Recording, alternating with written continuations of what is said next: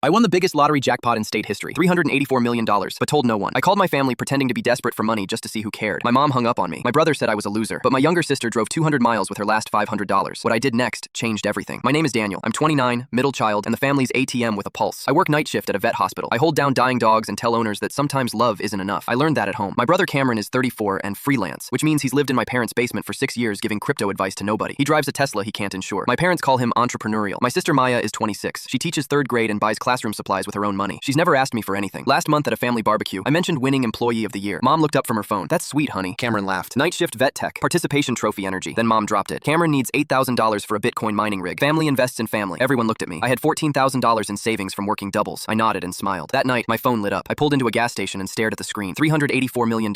Biggest jackpot in state history. I'd bought the ticket 3 days earlier because the clerk asked if I was feeling lucky, and I was too tired to say no. My first thought wasn't celebration. It was, now I find out who shows up when it costs them something. By Monday, I'd hired a lawyer. Our state allows lottery anonymity through trusts. The hard part, she said, is watching people you love fail a test you wish they'd pass. Cameron had borrowed $23,000 over 8 years. He'd repaid $400. "Set it up," I said. Thursday night, I bought a burner phone and called each of them. "I need $75 to make it through the week. Can you help?" Call 1. "Mom. Mom, it's Daniel. My phone's dead. I need $75 for groceries until Friday." Silence. "Daniel, if you budgeted like Cameron, you wouldn't have these problems." "Mom, I haven't eaten today." "You're 29 years old. I can't enable financial irresponsibility." Click. Call 2. "Cameron, I need $75 until Friday. I'll pay you back $100. He laughed. "Dude, figure it out. I'm asking you." "Nah, can't enable broke mindsets. Besides, I'm leveraged in crypto." His voice dropped. "You've always judged me for asking. How's it feel now?" "Loser." Click. Call 3. "Maya, are you okay? This isn't your number. I'm at a motel near the state line. I need $75 until Friday. I have $380. I'll bring cash. Text me the address." "Maya, it's 200 miles. I'm packing now. Lock the door. I'll be there by 1 a.m. 4 hours later. 3 knocks. Our childhood code. Maya stood there, exhausted, holding an envelope. $500. All I could grab. "I brought protein bars. You're eating one now." I sat on the bed. "I'm not actually broke." She sank down. "I figured." Mom and Cameron hung up and called me a loser. "I'm not surprised. I'm just sad." Friday morning, I returned her $500 plus $1,000 extra. She tried to refuse. I closed her hands over it. At the lawyer's office, I outlined the plan. Anonymous trust. Scholarship fund for teachers like Maya. The trust claimed. Press release. Anonymous local resident wins $384 million. The calls started within hours. Mom, 14 missed calls. "This is cruel." Cameron, "Front me 10K. Next day. Mom, "I'm having chest pains." Cameron, "Snake." I sent one text. "All requests go through attorney Richardson." Mom, "You're spiteful." Week later, Mom showed up with lasagna. I met her in the lobby. "Let's stop this silliness. You hung up when I asked for $75. I knew it was a game. You were manipulating me." I said I hadn't eaten. "You're 29. Take responsibility. I think family shouldn't cost money." Her face hardened. "Your brother needs $60,000. New rule. I don't fund Cameron's lifestyle. If he wants help,